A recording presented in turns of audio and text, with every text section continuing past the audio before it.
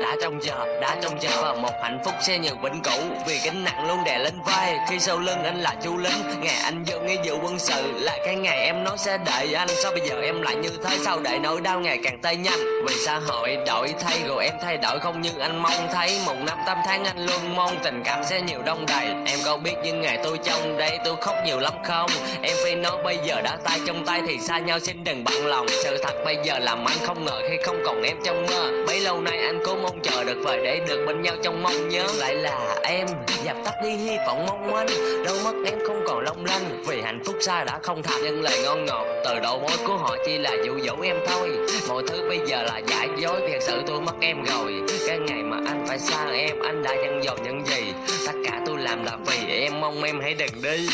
Cái ngày em tin em có người mới, em có biết ở đây tôi sao không chỉ biết nhầm ngồi chúc em hạnh phúc. Dù tim đang rất đau lòng, dù hiện tại em đã bên họ, nhưng tim tôi vẫn quan tâm em. Đã thử biết em có người đó, nhưng tôi luôn vẫn hỏi thăm em. Có bao giờ em nói với bản thân em là em yêu tôi chưa? Phút cuối tôi đã ngộ ra em chỉ làm vợ tôi theo lời hứa. Nghe vụ mà tôi đánh đổi, không thể cùng em sanh đôi. Bờ vai tôi đã lành rồi, còn em với họ thì đã thành đôi. Ngoài em buồn vì nó, hãy nhớ đến những lời tôi từng dặn dò. Tôi chỉ là con cờ bí, không thể đi thì làm sao bằng họ. Cho anh được nói câu yêu em và quan tâm em trong vòng mấy câu. Mấy lâu nay anh cố yêu em, nhưng thật sự em chả thấy đâu. Em đừng thức khuya mà gắng ngủ sớm, hãy nhớ lời tôi dặn.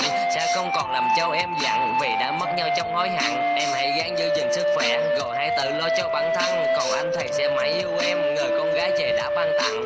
Anh không sao đâu, anh sẽ hoàn thành nghĩa vụ cho thật tốt. Con tim anh không có em, nhưng anh vẫn còn có thằng chí cốt. Sẽ không còn những dòng tin nhắn, anh nhắc nhở em ăn uống đầy đủ. Em hãy biết lo cho mình, nhớ tắm mùng trước khi em ngủ. Anh chỉ sợ một điều, không biết người đó có quan tâm em như anh không. Anh sẽ chúc em hạnh phúc và con đường em đi luôn thành công. Em ơi, hãy nghe những lời anh nói sau đây.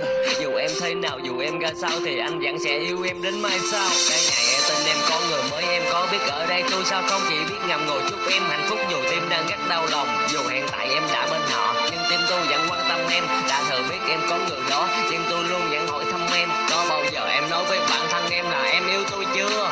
Phút cuối tôi đã ngộ ra em chỉ làm vợ tôi theo lời hứa. Nghe vụ mà tôi đánh đổi, không thể cùng em sanh đôi. Bờ vai tôi đã lành rồi, còn em với họ thì đã thành đôi.